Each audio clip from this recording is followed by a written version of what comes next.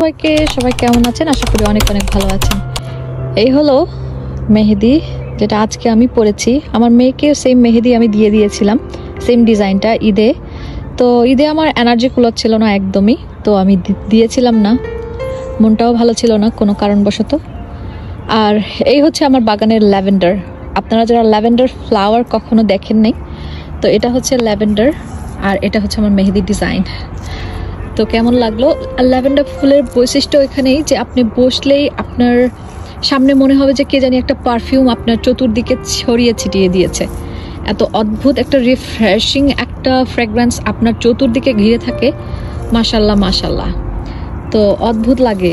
আমি অনেক ভালোবাসি মারুফ এই জায়গাটুকুকে ইউটিলাইজ করতে চাই ভেজিটেবল গার্ডেন দিয়ে, বাট আমার কখনোই মনে হয় না যে এই গাছটাকে আমি উঠিয়ে দিয়ে কোনো ভেজিটেবল লাগাই। আমার কথা ভেজিটেবল আছে শরীরের জন্য, বাট মনের খোরাক তো মেটায় এই ফুলগুলোই না। তো এতটুকুই আমার চাওয়া। ভালো থাকবেন। আমার দুপাশে দুইটা বিশাল বড় একটা ঝোপ আছে, এই কি বলে আর কি, ল্যাভেন্ডারের।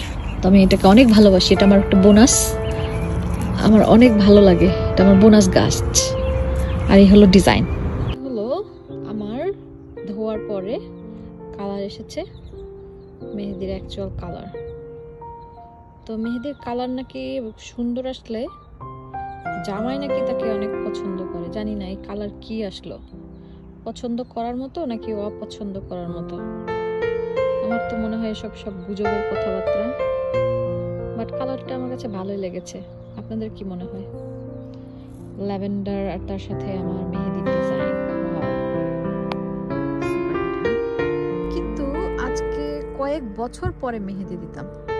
আমি সাধারণত এখানেও আগেও বাংলাদেশে থাকতে ঈদে সব কাজিন, সব নেবার্স সবাইকে মেহেদি দিয়ে দিতাম অনেক রাত অবধি। এখানেও তার ব্যতিক্রম না। জবে থেকে আর কি, যেদিন থেকে আমেরিকা এসেছি সেদিন থেকে আমাকে সবাইকে মেহেদি দিয়ে দিতে হয়।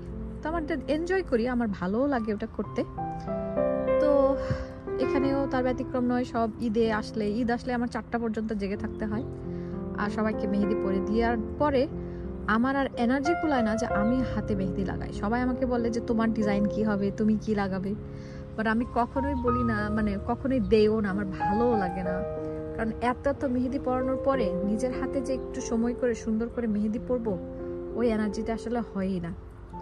তো যাই হোক, অনেক ঈদের পরের দিনই যদি লাগাই, হঠাৎ আর কি ঈদের পরের দিন লাগানো হয়। তো এবারে ঈদের পরের দিনটা আমাদের সত্যি একটা অন্যরকম সিচুয়েশন ছিল যে আমার মেহেদি কেন কিছুই করতে ভালো লাগছিল না। ঈদের পরে আমার অনেক পার্টিতেও অ্যাটেন্ড করার কথা, অনেক পার্টি নিজেও থ্রো করার কথা, বাট এখন অবধি আমি কোরবানির মাংসটাও ঠিক মতো ডিস্ট্রিবিউট করতে পারিনি সবাইকে। তো আজকে ইচ্ছা আছে যাবো ইনশাল্লাহ সবাইকে মাংসটা বিলি করার জন্য। এই তো, সবাই ভালো থাকবেন, আমাদের জন্য দোয়া করবেন। আল্লাহ হাফেজ।